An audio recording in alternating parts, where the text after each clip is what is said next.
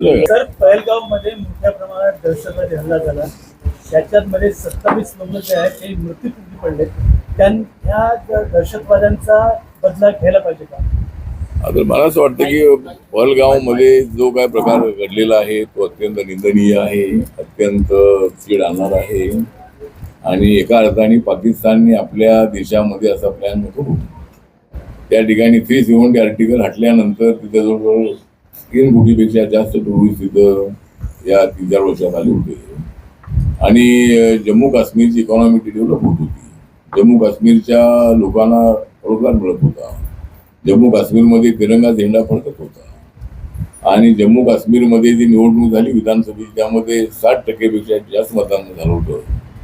तर हे सगळं आतंकवाद्यांना आणि पाकिस्तानला आवडलं नाही. आणि भारत हा मजबूत होतो आहे. आणि काश्मीरचा इलाका, जम्मूचा इलाका हा भारतासोबत आहे. आणि त्या ठिकाणचे मुस्लिम सगळे आमच्यासोबत आहे. त्या ठिकाणच्या मुस्लिमांनी आता तिथे जे फायरिंग झाल्यानंतर 27-28 लोक त्या ठिकाणी मृत्यू पावलेले आहे. आणि त्यामध्ये महाराष्ट्रातल्याही काही लोकांचा समावेश आहे. आणि असंख्य लोक, शेकडो लोक महाराष्ट्रातून त्या ठिकाणी गेले होते, ते सगळे वाचले. म्हणजे ते सगळे आता परत येत आहे. त्यामुळे महाराष्ट्र सरकारने सगळी सोयी केलेली आहे. झालेली घटना अत्यंत गंभीर आहे. त्यामुळं माझी सूचना भारत सरकारच्या वतीनं माननीय नरेंद्र मोदीजी अत्यंत गंभीर आहे, सिरियस आहे. त्यामुळं एकदा जो ज्याप्रमाणे सजीव स्ट्राईक झाला होता अशा पद्धतीचा एखादा मोठा स्ट्राईक पाकिस्तानवर आवश्यक आहे.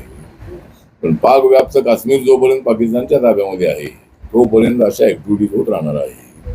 कारण त्या बॉर्डरवरूनच बरेचसे आतंकवादी इंडियामध्ये येतात, भारतामध्ये येतात. तर त्यांना रोखण्यासाठी मला असं वाटतं की पाक व्याप्त काश्मीरला ताब्यात घेणं आवश्यक आहे.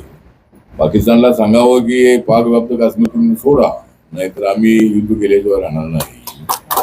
आणि जर त्या ठिकाणी पाकिस्तानने जर पाक व्याप्त काश्मीर आपल्या ताब्यात दिला नाही तर पाकिस्तान सोबत युद्ध करणं अत्यंत आवश्यक आहे.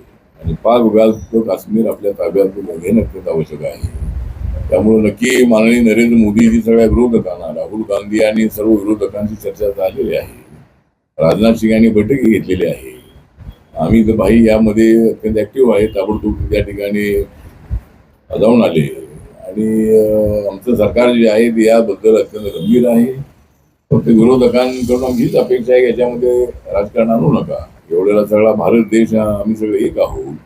आणि बाबासाहेब आंबेडकरांनी सुद्धा आम्हाला हे शिक्षण दिलेलं आहे की देशाची वेळ आल्यानंतर जात, धर्म, भाषा पण वेगळे ठेवून सर्वांनी देशासाठी उभं राहिलं पाहिजे. आणि म्हणूनच महार बटालियन असली पाहिजे हा बाबासाहेबांचा आग्रह होता. महार बटालियन ही इंडियन आर्मीमध्ये आहे. त्यामुळं सांगायचं एवढंच आहे की या संबंधामध्ये नक्कीच सरकारने सगळ्या आतंकवाद्यांचा पिछा केलेला आहे. अनेक आतंकवाद्यांना सपोर्ट करण्याची गरज उद्ध्वस्त केलेली आहे.